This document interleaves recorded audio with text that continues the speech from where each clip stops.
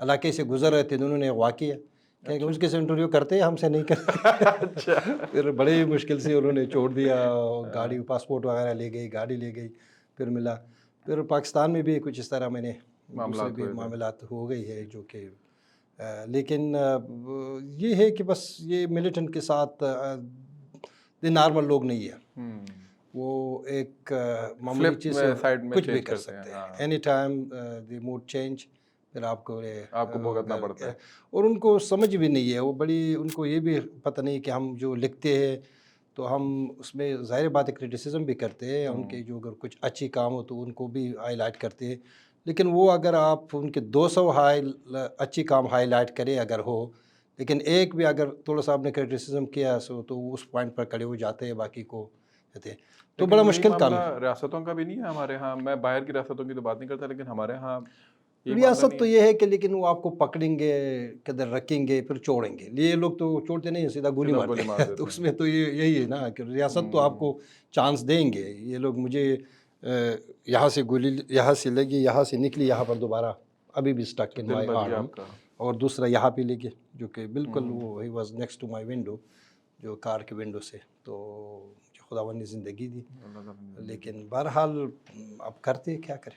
آپ نے مطلب اس طرح کانفلکٹ زونس کے اندر کام کیا ہے، جس طرح پی ٹی ایس ڈی ہوتا ہے، ہم جس کی بات کرتے ہیں کہ کانفلکٹ کا ایک باقاعدہ ایک امپیکٹ ہوتا ہے، ایک ٹراما ہوتا ہے، یہ سولجرز کے اوپر بھی ہوتا ہے، یہ ملیٹنٹس کے اوپر بھی ہوتا ہے، یہ عوام کے اوپر بھی ہوتا ہے، جرنلسٹ کے اوپر کیا ہوتا ہے؟ جرنلسٹ بھی تو موت کو بالکل سامنے دیکھتا ہے، آپ کو بہت گولیاں لگی اسی زیادہ، طریقے بہت سے۔ زیادہ، اسپیشلی جو پشاور میں تھے یا کابل میں تھے، جو بامبنگ ہو رہے تھے، بامبنگ کے بعد جو آفٹر میتھ تھے یا جو وہاں پر صورتحال تھی، تو وہاں پر لوگوں کے ہم نے ایسے ایسے باڈی دیکھے کہ میں حیران تھا کہ یہاں پر انسانی باڈی کدھر ہے، یہ سوسائڈ بمبر وغیرہ کی جب ہم باڈی اسپاٹ پہ دیکھتے تھے تو ظاہری بات ہے وہ ڈرانے خواہوں کی شکل میں بھی آتے تھے، لوگوں کو چیخ و پکار بھی آ رہے تھے، کسی کے پاؤں نہیں ہوتے، کسی کے ہاتھ نہیں، پورا باڈی نہیں ہوتے، وہ ان کے جو آخری الفاظ جو لوگ کہہ رہے تھے نا کہ کوئی ماں کو ذکر کر رہا تھا کہ کدھر ہے میرے ماں، یا کو یا بسم اللہ پڑھ رہا تھا یا لا الہ پڑھ رہا تھا، ظاہری بات ہے ٹراما تو اس طرح جرنلزم میں ہے، اور اگر آپ گراؤنڈ پہ جا رہی ہے تو اس کے علاوہ بھی اور چیزیں ہیں، بڑی غریب لوگوں سے ملتے ہیں، آپ حیران ہو جائیں گے، اسپیشلی جو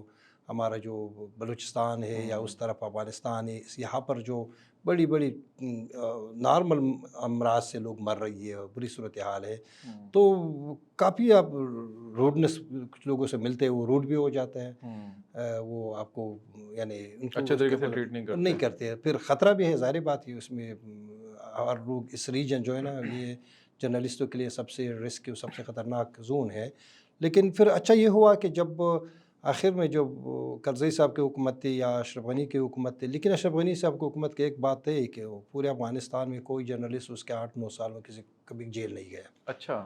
یہ بہت بڑی ٹھیک ہے، یہ چھوٹے سے ایک ڈیموکریٹک سسٹم چل رہا تھا، لیکن اس میں جرنلسٹوں کو کافی آزادی تھی، میں نے پاکستان میں بھی جرنلزم دیکھے، یہاں پر بھی ایک حد تک آزادی ہے، لیکن یہاں پر بالکل میں تو کبھی کہتے ہیں کہ ہم نے حد سے زیادہ آزادی انجوائے کی، لیکن پھر یہ ہوا کہ اب دوبارہ رول بیک ہو گئی کہ ابھی جرنلزم کے نام پہ آپ تو کچھ بھی نہیں کر سکتے، کچھ بھی نہیں کچھ بھی نہیں کر تو سکتے۔ ابھی افغانستان آپ کا آنا جانا لگا رہتا ہے، اس ریجن کو، سینٹرل ایشیا کو، ایران کو؟ یہ آنا جانا رہتا ہے، لیکن کام کرنا بڑا مشکل ہے، ابھی کابل میں اگر آپ کو ایک معمولی بندے کا انٹرویو کرنا بھی ہو تو آپ کو ایک اپروول لیٹر لینا پڑتا ہے، اچھا، اگر فارن میڈیا کے لیے کام کرتا ہے یہ آپ بات کریں تو پرائیویٹ بندے کی، یعنی پرائیویٹ بزنس پرائیویٹ میڈیا؟ بندے سے جو بھی بن رہا ہے، اس کسی بھی کا طالبان خود آپ کو ایکسیس نہیں دیتے کہ آپ کس سے انٹرویو کریں، آپ تو ریکارڈ بات تو کرتے ہی، لیکن میڈیا اور ٹیلی ویژن کے لیے تو تصویر چاہیے، تو اس وقت طالبان میں اگر آپ چاہیں تو ایک ٹائم پہ اگر جائے کابل تو آپ کو اگر 10 منسٹر کے انٹرویو کرنے ہو تو ایک بھی آپ کو نہیں ملیں گے، نہ تو ان کے پاس کوئی چیز ہے کہنے کے لیے، اور نہ ان کو پتہ ہے کہ اس کا جرنلزم کا اہمیت کیا ہے، ان کا خیال ہے کہ ہم نے بس یہ حکومت لے زور لیا تو شمشیر ہم لیا چلیں ہے، گے۔ اب کسی کا جواب دے نہیں، نہ جرنلسٹ کے جواب دے، نہ کوئی پارلیمنٹ ہے، نہ اس کے جواب دے، نہ کسی اور کے جواب دے،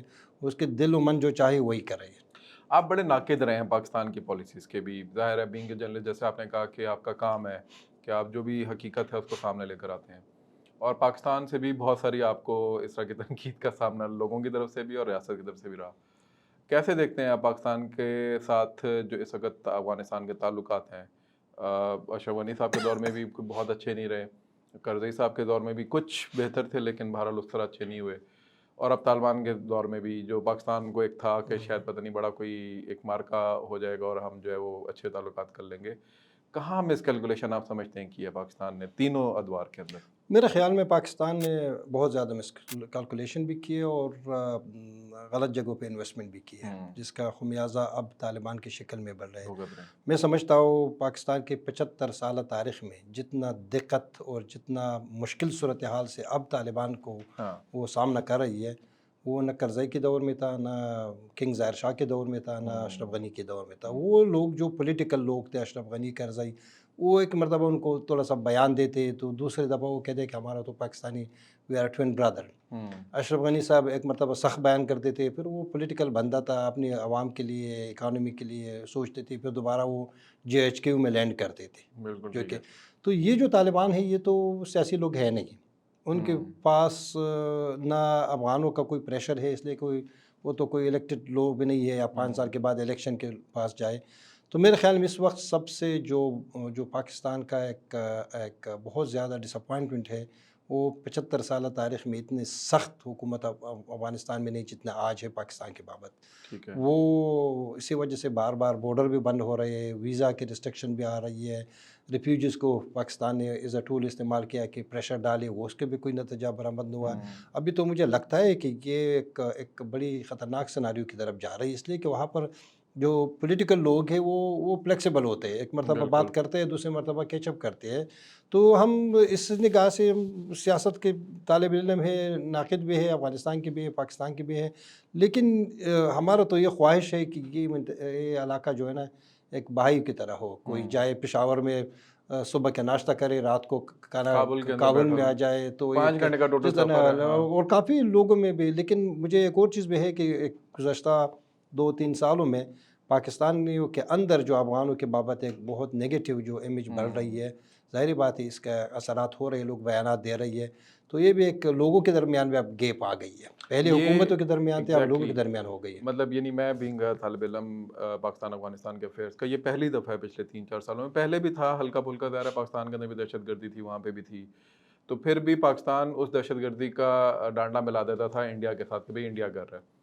افغان لوگوں کو اس طرح پاکستان نے کبھی بھی برا بھلا نہیں، یہ پہلی دفعہ ہے کہ پاکستان کے لوگ جو ہیں اب افغانستان کے، میں یہی میرا اگلا سوال بھی نہیں، یہ اس تھا۔ کا وجہ یہ ہے کہ اسٹیٹ کو عجیب صورتحال کا سامنا ہے نا۔ اب تو لوگ اسٹیٹ سے پوچھ رہے تھے کہ آپ ہمیں بتا رہے تھے کہ اب طالبان کی حکومت آ جائے تو سب کچھ ٹھیک ہو بہت جائے اچھے گا۔ ہوں گے، یہ ہاں ہمارے دوست ہوں گے، یہ ہیں گے، لیکن ان کو پتہ نہیں تھا پاکستان کو سب سے بڑا جو ان کو ایک سیٹ بیک ہوا، پاکستان وہ جو پشتونستان کے نام پہ کچھ افغانستان میں پاکستان کا خیال تھا کہ وہاں پر اگر ایک سٹیبل حکومت ہو، کرزئی اور غنی کی طرف حکومت ہو، وہ کبھی کبھی ڈیورنڈ لائن پہ بات کرتے تھے، گریٹر پشتونستان کا ایک مسئلہ تھا، ایک تاریخی مسئلہ ہے، اس میں مجھے نہیں لگتا کہ اس وقت کوئی بہت ٹھیک ایکٹیو ہے۔ چیز ہے، لیکن اس کو بچاتے بچاتے انہوں نے گریٹر پشتونستان سے اب یہ گریٹر اماراتستان بن گئی، جو بہت ہی خطرناک ہے۔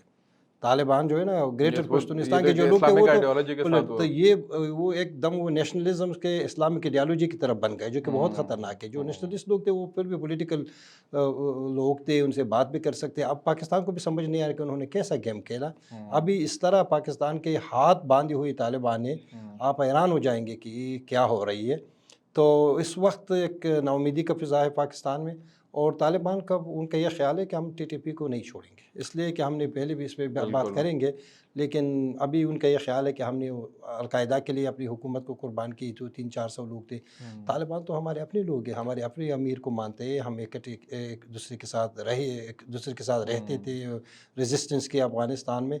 تو اب یہ ہے کہ پاکستان کو بالکل سمجھ نہیں آیا کہ کس طرح کاؤنٹر کریں چیزوں کو۔ اچھا، اس والی بات پہ میں آؤں گا دوبارہ کہ طالبان صرف پاکستان سے نہیں باقی ممالک سے بھی کیسے ڈیل کر رہے ہیں۔ مجھے ایک ڈپلومیٹ سے ہی میری بات ہو رہی تھی، تو مجھے بتا رہے کہ جب ازبکستان سے بات کرتے ہیں تو کہتے ہیں یار یہ جو کشتے پہ والا ہے نا، اس کو سرکل کر دو، اس کو سائڈ پہ کر دو، باقی چیزوں پہ ہم سے بات کرو۔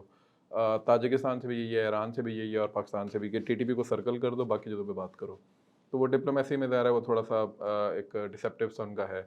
لیکن اس سے پہلے ایک میرا آپ سے دوسرا سوال ہے، کاؤنٹر کوسچن، یہ تو ہو گیا پاکستان کے اینڈ پہ ایشوز۔ افغانستان کے اینڈ پہ بھی تو مس کیلکولیشنز ہوئی ہوں گی، کرزئی صاحب کے دور میں بھی۔ آپ کو یاد ہوگا کہ بون کانفرنس کے اندر مشرف نے پرپوز کیا تھا کہ بھائی آپ لوگ جو ہے ٹیبل کے اوپر بیٹھ جائیں اور مسئلے کو ریزالو کریں اور ان کو مین اسٹریم کرنا شروع کریں، طالبان کو نہ مین اسٹریم کیا انہوں نے، اسے سے انسرجنسی شروع ہوئی اور اس کے بعد آج ہم سب اس کو بھگت رہے ہیں۔ تو آپ نہیں سمجھتے یہ ایک مس کیلکولیشن تھی یونائٹڈ اسٹیٹس کی اور کرزئی صاحب کے دونوں کے اینڈ کے اوپر؟ نہیں، میرے خیال میں وہ تو اچھی جا رہے تھے، لیکن یہ ہے کہ طالبان کو پھر پاکستان میں اسپیس مل گئی، دوبارہ رجسٹریشن کے موقع مل گئی، اور افغانستان سے اس کے تعلقات بہتر نہیں. یہی غلطی تھی کہ اگر پاکستان سے کرزئی صاحب تعلقات بہتر کرتے تھے شاید بہتر، لیکن وہاں پر کرزئی صاحب کا انفلوئنس اتنا کم تھا کہ ساری منسٹری نادر الائن کے جو سابقہ گروپ تھے جو کہ طالبان نے کابل سے بھگا دیے تو ان کا ڈائریکٹ پاکستان پر کلیم تھا.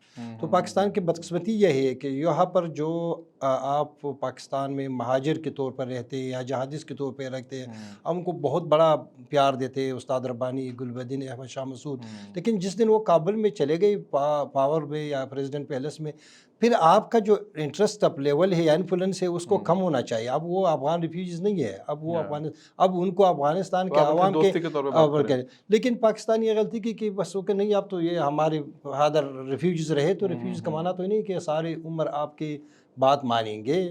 لیکن اس وقت بھی استاذ ربانی انہوں نے کہہ دیا کہ میں یہ جنرل حامد گل کو اپنا ایڈوائزر رکھنا چاہتا ہوں، یعنی اتنے اچھے تعلقات تھی.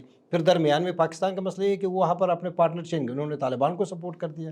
پھر درمیان میں پاکستانی ایمبیسی پر اٹیک ہوا، اور ہرات میں جب طالبان نے فتح حاصل کی 95 میں، پھر حالات خراب ہو گئی. پھر طالبان کے ساتھ بھی یہی ہوا، لیکن طالبان کا بھی ایک جینین پاکستان کے بارے میں ان کا ایک کنسرن ہے، کہنے کہ ساری دنیا نے افغانستان پہ اٹیک کر دیا، افغانستان کے کسی ہمسائے نے امریکہ کے ساتھ نہیں دیا، جنرل مشرف نے دے دیا. ٹھیک ہے، تو افغانستان تو اسی تناظر سے دیکھتے ہیں کہ افغانستان پر اٹیک ہوا، کسی ہمسائے نے ساتھ نہیں دیا، صرف پاکستان ہی دیا. وہ اس پہ ڈیٹیل پہ نہیں جاتے کہ پاکستان کے کیا مجبوریتیں تھے، وہ اسٹون ایج والا مسئلہ تھا، وہ تو سیدھا طالب علم ہے. تو میرے خیال میں پاکستان میں وہ بھی غلطی کی کہ وار اینڈ ٹیرر میں انہوں نے ان کا کہتے ہیں. پھر اس کے بعد دوبارہ یہ غلطی کی کہ پاکستان جہادیست جو گروپس ہے ان پر زیادہ انویسٹمنٹ کرتے ہیں. اگر وہ نیشنلسٹ لوگوں پر یا ڈیموکریٹک لوگوں پر کرتے تھے، میں نے کہتے ہیں نا کہ اشرف غنی کیا کرتے تھے، صرف بیان سے زیادہ تو کچھ نہیں دیتے تھے. ٹھیک ہے انڈیا کا ایک انفلوئنس ہے، لیکن انڈیا کا انفلوئنس بھی اتنا زیادہ نہیں تھا، چونکہ یہاں پر پاکستان میں جو ادارے ہیں اپنی جو انٹرفیرنس ہے اس کو جسٹیفائی کرنے کے لیے اپنے لوگوں کو ایک نیریٹو بنانا پڑے گا کہ انڈیا کے 17 قونصلیٹ ہے. اب انڈیا کے 17 قونصلیٹ، وہاں پر 17 انڈین ڈپلومیٹ نہیں ہے تو قونصلیٹ کدھر سے آ گئی. لیکن یہاں پر لوگوں کو تو اسی وجہ سے یہاں پر جو پرسپشن بنا آہستہ آہستہ یہ خطرناک ہے. یہ بات آپ کی ٹھیک ہے. ایمبیسڈر ابرار صاحب سے بھی میری بات ہوئی تھی اسی جگہ پہ، تو انہوں نے بھی مجھے یہی بتایا تھا کہ 5 قونصلیٹ ہی تھے، 5 پاکستان کے تھے، 5 ان کے تھے. البتہ وہ انڈیا کا ظاہر ایک دوسرا تو اب تو انڈیا ہے نہیں افغانستان میں، پھر بھی آپ کا مسئلہ تو حل نہیں ہوا نا. اب تو اس سے پہلے جو اشرف غنی کی دور حکومت تھی اس وقت میں تو اب اشرف غنی صاحب ملیٹنٹس کو مار رہے تھے. فضل اللہ کو کس نے مارا تھا؟ اشرف غنی کی حکومت ہے. باقی فضل حقانی کو کابل میں کس نے مارا 2019-20 میں، جو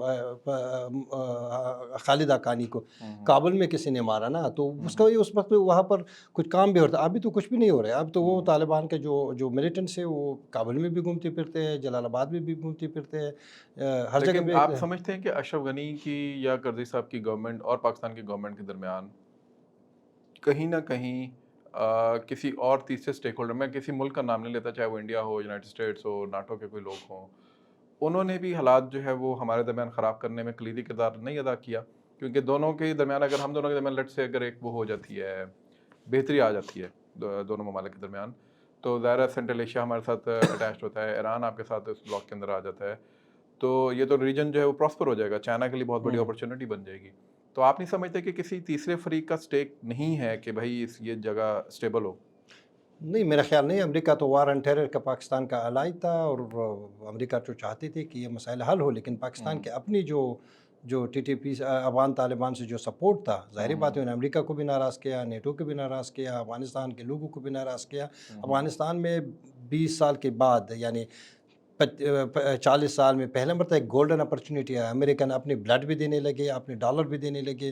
افغانستان ایک دم بہت ابھار کر سامنے آتا. 20 سالوں میں جو ڈیولپمنٹ افغانستان میں ہو گئی آپ اس کا سوچ بھی نہیں کر سکتے. ٹھیک ہے، باوجود کہ انسرجنسی بھی چل رہا تھا. تو اس وقت افغانوں کو ایسا لگا کہ شاید پاکستان ہماری اس ڈیولپمنٹ سے ناراض ہے. انہوں نے اسی لیے افغان طالبان کو سپورٹ کر دیا ہے، یا افغان طالبان کے پاکستان میں جو ریفیوجیز کیمپ میں رہتے ہیں ان کو ایک سافٹ کارنر دیا، اس کا خلاف آپریشن کبھی کرتے کبھی نہیں کرتے.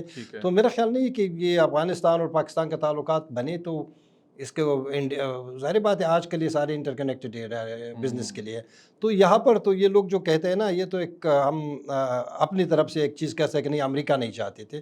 امریکہ تو چاہتے تھے, امریکہ تو بار بار ان لوگوں کو بٹھا دیتے تھے کہ بیٹھ جائے, لیکن یہ ہے کہ اپنے ہمارا ایک تاریخی جو پاکستان افغانستان کا ایک تاریخی جو پس منظر ہے وہ بڑا ہی یعنی اچھی نہیں ہے تعلقات کے بابت. لیکن لوگوں کے 47 سے درمیان تعلقات onwards اچھی تھے لیکن سٹیٹس کے درمیان نہیں تھے. اب بدقسمتی سے سٹیٹ اور لوگوں کے درمیان دونوں تعلقات خراب ہو گئی, جو کہ بہت بری بات ہے میرے خیال میں, اور اس کا بڑی خراب کانسیکوینسز اور اثرات ہوں گے فیوچر میں. اچھا, I will be the devil's advocate over here, کیونکہ پاکستان اوبیسلی آپ کہہ رہے ہیں کہ پاکستان کی مسکیلکولیشن شاید زیادہ تھیں. مجھے یاد ہے کہ ایک افغانستان سے ڈیلیگیشن آیا جرنلسٹ کا, میں اور میرے کولیگ جو تھے وہ لے کے گئے ان کو, پرائم منسٹر سرگت جو فارمر تھے ان سے بھی ملوایا. اس کے بعد پھر ہم ان کو GHQ بھی لے کے گئے, وہاں پہ اس وقت جنرل باجوہ تھے, ان سے بھی ملاقات ہوئی. تو general Bajwa revealed some thing, انہوں نے کہا جی کہ, اور یہ آن ریکارڈ ہے, انہوں نے کہا جی کہ ہم نے بہت کوشش کی معاملات کو ٹھیک کرنے کی, بہت ساری چیزیں انہوں نے بتائیں اس کے اندر. اس میں انہوں نے ایک بات یہ بھی بتائی کہ ہم نے 2008 میں یا 2005 میں یا 2007 میں ہم نے کرزئی صاحب سے ریکویسٹ کی کہ بھائی آپ کیڈٹس ہمارے پاس بھیجیں اپنے, جو بھی آپ نئی آرمی بنا رہے ہیں. لیکن سنس دین, اور یہ میں بات کروں 2020 کی یا 21 کی جب میری ملاقات ہوئی ان سے 2021 کی, تو اس میں انہوں نے کہا کہ سنس دین ٹوٹل 7 کیڈٹس آئے ہیں افغانستان سے, ریسٹ آف دیم ادھر obviously trained in افغانستان یا وہ انڈیا گئے ہیں. اس کی آپ کیا وجہ دیکھتے ہیں؟ دیکھیے وہی جو ایک افغانوں کا یہ خیال تھا کہ اگر ایک طرف آپ طالبان کو جگہ دے رہے ہیں, سپورٹ دے رہے ہیں, دوسری طرف ہماری کیڈٹ کو ٹرین کر رہے ہیں, تو یہ کیسا ہوگا. تو ایک وہاں پر بھی اس حکومت پر بھی ایک پریشر تھا, لوگ آتے تھے, کیڈٹ کی علیحدہ بات ہے, لیکن 1000 جو پاکستانی اسکالرشپ ہے اس پر تو اسٹوڈنٹ آتے ہیں. بالکل. تو اس طرح نہیں کہ انہوں نے بڑا حرام کر دیا کہ نہیں اسے, لیکن کیڈٹ چونکہ ایک ایسا مسئلہ ہے, میں نے کہہ دیا نا کہ یہ دو ملکوں کے درمیان سیکورٹی کا بھی مسئلہ ہے. پھر وہاں پر مورل بھی وہ کوئی پاکستان میں پڑھے تو کہ نہیں آپ تو پاکستان میں ادھر سے آئے ہیں نا, تو یہ مسئلے ہے. جس طرح مسائل تو اندر سے تھے بالکل سیکورٹی کے مسئلے میں, لیکن کرزئی صاحب تو خود میں نہیں سمجھتا کہ وہ پاکستان کے لیے کوئی بڑی خواہشات رکھتے تھے, لیکن مسئلہ تھا کہ اندر کچھ جو ایلیمنٹس تھے, بالخصوص انٹیلیجنس میں کچھ لوگ تھے, ظاہری بات ہے وہ سیکورٹی سے ریلیٹڈ تھی, ان پر ہر دن حملے ہو رہے تھے. ان کو تھوڑا سا بہتر اندازہ تھا کہ طالبان کہاں سے واپس جا رہے ہیں اٹیک کر کے. جس طرح آج پاکستان کے ایک بری صورتحال کا سامنا ہے کہ لیڈرشپ TTP کا وہاں پر تھا, وہاں پر موجود ہے. اس سے پہلے اسی طرح صورتحال تھا کہ TTP یا افغان طالبان کی لیڈرشپ پاکستان کے کیمپوں میں, ریفیوجیز میں, پاکستان کچھ کو پکڑتے تھے, لیکن سب کو تو پکڑنا ناممکن ہے, 4-5 ملین لوگ ہیں. پھر تو ظاہر بات ہے انٹیلیجنس سب کے ساتھ ہے نا, اس طرح نہیں کہ وہ بغیر کسی ثبوت پر. تو میرا خیال نہیں کہ افغان بغیر کسی وجہ سے پاکستان سے مخاصمت یا اس طرح کوئی چیز چاہتے تھے, لیکن دونوں درمیان ایک مسٹرسٹ آج سے نہیں ہے, یہ بڑا پرانا ہے. پھر درمیان میں ایسا وقت آ گیا کہ پھر افغانستان جب پاکستان بن گیا, پھر افغانستان کے انٹرفیئرنس کا لیول اوپر تھا. پھر 79 کے بعد جب رشین آ گئی تو پھر پاکستان کو بڑا موقع ہے. اب دوبارہ افغانوں طالبان کا ایک پوزیشن بڑا عجیب سا ہے کہ وہ بالکل پاکستان کے ہر ثبوت کو وہ اگنور کر رہے تھے. اور اس کا وجہ یہ ہے کہ پاکستان کے بابت ان کا خیال ہے کہ ہم آپ پر ٹرسٹ نہیں کر سکتے, آپ بھلا ہم پہ ٹرسٹ کریں نہ کریں, ہم آپ سے بزنس کا ہمیں کوئی پرواہ نہیں ہے, روڈ بند کرنا چاہے کر دو, مجھے کوئی پرواہ نہیں. اس لیے کہ طالبان کا ایک طالبان کے ساتھ روابط ہے, ایک افغان عوام کے ساتھ ہے. اس وقت طالبان کے ساتھ وہ تو کسی کی پرواہ نہیں تھی, وہ کہتے ہیں کہ ہم بس گھاس بھی کھا سکتے, ہمیں نہ بزنس کا پرواہ ہے, افغانوں کا کیا بنے. ظاہر بات جو بزنس ہو رہا ہے اس کو تو افغانوں کو فائدہ ہوگا, یہاں سے بھی کچھ فائدہ ہوگا, لیکن زیادہ تر بینیفٹ تو افغان کو جا رہے ہیں نا. لیکن آج 10 دنوں سے یا 8 دنوں سے بارڈر بند ہے معمولی مسائل کے اوپر, تو اس کا مطلب یہ ہے کہ وہاں سے بھی کوئی اچھی خبریں نہیں آ رہی اور نیتی اچھی نہیں ہے. اور مجھے ڈر ہے کہ کہیں یہ جو اس طرح جو حالت ہے وہ کوئی بہت بڑی ایک خطرناک سیناریو تک نہ جائے, جو پھر بہت مشکل ہوگا اس کو سنبھالنا. یہی میرا اگلا سوال تھا کہ کس طرف جاتا ہوا دیکھ رہے ہیں, کیونکہ جو ہماری اسیسمنٹ یا ہم جو یہاں پہ بیٹھے اسٹوڈنٹس کے طور پہ دیکھ رہے ہوتے ہیں, تو ہم بھی یہی دیکھتے ہیں کہ یار یہ اگر معاملات ابھی سیٹل ڈاؤن نہ ہوئے, یہ پالیسی ان کی طرف سے چینج نہ ہوئی اور پاکستان نے بھی لینینسی نہ دکھائی, ہماری طرف سے تو ایک صاف پیغام اوبیسلی ریکارڈ پہ بھی آ گیا کہ ریڈ لائن ہے TTP. تو آپ کہاں جاتا ہوا دیکھ رہے ہیں اب اس چیز کو, کیونکہ آپ سمجھتے ہیں ابھی ایران پاکستان کا مسئلہ ہوا اور پاکستان نے جیسے ایران نے کیا تو پاکستان نے واپس, کیونکہ پاکستان اوبیسلی ایک اپنا اس نے ایک ڈاکٹرائن رکھی ہوئی ہے کہ ہمارے اوپر کوئی بھی اٹیک کرے گا تو ہم اس کو واپس اٹیک کریں گے. افغان طالبان کو اس واقعے سے کوئی سبق حاصل کرنا چاہیے یا وہ یہ سمجھتے ہیں کہ بس ٹھیک ہے ٹی ٹی پی کو بٹھا کر رکھیں گے کوئی پاکستان اٹیک نہیں کرے گا یا ہارڈ افغان پاور؟ طالبان کا بڑا مسئلہ ہے وہ کسی اس چیز سے سبق حاصل نہیں کرتے. اچھا. یہی ان کا سب سے بڑا اس لیے کہ وہ پولیٹیکل لوگ ہیں نہیں. وہ گاؤں کے سیدھا سادہ لوگ ان کو ایک جہادی نیریٹیو کی بنیاد پر ایک جہادی سینٹیمنٹس کی بنیاد پر وہ انہوں نے شکست دیا امریکہ کو یا امریکہ خود چلا گیا. لیکن ان کو بہت زیادہ ان کی جو اسٹیٹس آف مائنڈ ہے وہ بہت اوپر ہے. ان کا خیال ہے کہ اب تو ہم کسی کو کچھ بھی کر سکتے ہیں. اگر افغان حکومت اور طالبان ایران کے ساتھ موازنہ نہ کرے تو ایران تو ایک پولیٹیکل حکومت ہے. وہاں پر تو سینسیبل لوگ بھی ہیں, بڑے اچھی لوگ بھی اور ہیں, ملٹری کے طور پہ جو ملٹری بہت بڑی طاقت مضبوط ہے. لیکن طالبان کا مسئلہ یہ ہے کہ اگر وہ ان کے پاس میں نہیں سمجھتا کہ بس کیپیسٹی ہے کہ وہ کیا ڈیسیجن کرے. تو جب آپ کے پاس کیپیسٹی نہ ہو تو آپ بلنڈر ڈیسیجن کرتے ہیں. تو میں تو ہمیشہ طالبان کو کہہ رہا ہے کہ ٹی ٹی پی اور جو دوسری جہادیز گروپ ہے, دیکھیں اس وقت انہوں نے ساری ازبکستان کے جہادیز کو رکھی ہے, ٹی ٹی پی کو رکھے ہے, ایرانین کے بھی شاید رکھو, سینٹرل ایشین کو رکھو, اس پر ان کو ڈراتے ہیں. ان کا یہ خیال ہے کہ یہ از اے پریشر ٹول استعمال کرو. یہ وہ چیز ہے جو میں جس پہ آنا چاہ رہا تھا کہ ظاہر بات ہے پھر دوسری جو ہمسائے ان کا بھی تو ایک صبر کا ایک پیمانہ ہوتا ہے. وہ اگر لبریز ہو جائے تو پھر خطرناک. لیکن پاکستان کے لیے خطرناک یہ ہے کہ ایران کے ساتھ چلو انہوں نے راکٹ مارا, آپ نے راکٹ مارا, اب طالبان کو اگر راکٹ مارے تو وہ کیا کریں گے؟ تو میرے خیال میں تو وہ تو خودکش بمبروں کو بھیجیں گے. پھر تو وہ اس طرح حالت نہیں ہوں گے نا. تو پاکستان ایک نہیں پراکسی سے تو یہ ایک بڑا خطرناک چیز, اس لیے کہ طالبان کا ذہن یہ ہے کہ ہم بالآخر ایک گلوبل ریجنل اسلامک امارت بنائیں گے. ان کے ذہن میں یہ ہے, اور اس کا فرسٹ جو خاکہ ہے وہ پاکستانی علاقے آتا ہے. اور پین اسلامزم ان کے بھی موجود ہے, آپ سمجھتے ہیں؟ موجود ہے. میرے خیال میں ان کا یہ خیال ہے کہ باقی تو ڈیولپمنٹ کا تو کوئی ان کا سیکٹر ہی نہیں ہے, اکانومی تو ان کا کام نہیں ہے, ملک آبادی تو ان کے پاس پیسے نہیں ہے. ایک چیز ہے کہ وہ جہادی جذبہ ہے, اور وہ ہر دن بہت زیادہ مدارس بنا رہی ہے. اتنی مدارس 2 سال میں بن گئی کہ میں سوچ نہیں سکتا کہ یہ ایک مسجد میں 20 امام ہوں گے, اتنے زیادہ بنا دیے. تو ظاہر بات ہے ٹوٹل آبادی 4 کروڑ ہے. 4 کروڑ پر اس طرح.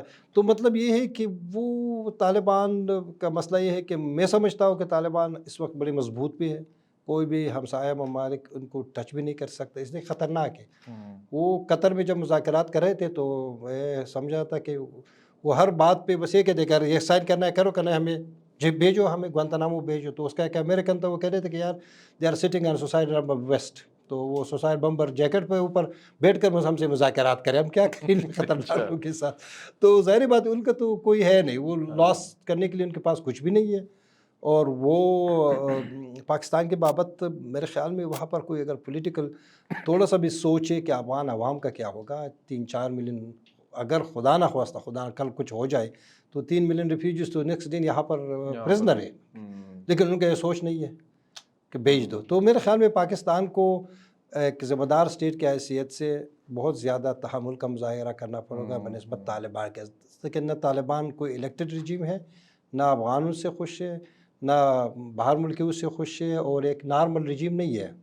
اور وہ بس حالات نے ادھر پہنچا دیا, اب کسی بھی وقت وہ دوبارہ گرا سکتے ہیں. لیکن فی الحال مجھے نہیں لگتا کہ وہ کوئی اس لیے کہ امریکہ بھی دیکھنا چاہتے ہیں کہ کہاں جاتی ہے بات. سناریو اس طرح بن گیا ہے کہ امریکہ کہ اگر طالبان چلے گئے پھر کیا ہوگا, اس وقت آ جائے گا. تو یہی میرا سوال تھا کہ ادھر جو باقی پولیٹیکل پاورز ہیں یا باقی پولیٹیکل ایکٹرز ہیں, لائک کرزئی صاحب بھی ادھر ہی ہیں, عبداللہ بھی ادھر ہی ہیں, کچھ NRF کے لوگ بھی ابھی بھی وہاں پہ موجود ہیں, وہ آپ ان کو کہاں دیکھ رہے ہیں؟ کیا ان کا کوئی کام نہیں ہے فیوچر کے اندر افغانستان میں؟ دیکھیں فرزئی صاحب تو وہ پولیٹیکل بندہ ہے, وہ تو یہ ریزسٹنس وغیرہ پہ بلیو نہیں کرتے, ملٹری ریزسٹنس پر. وہ بھی اپنا آواز نکال سکتے ہیں کہ یہ نہ کرو, خواتین کو چھوڑو تعلیم کے لیے.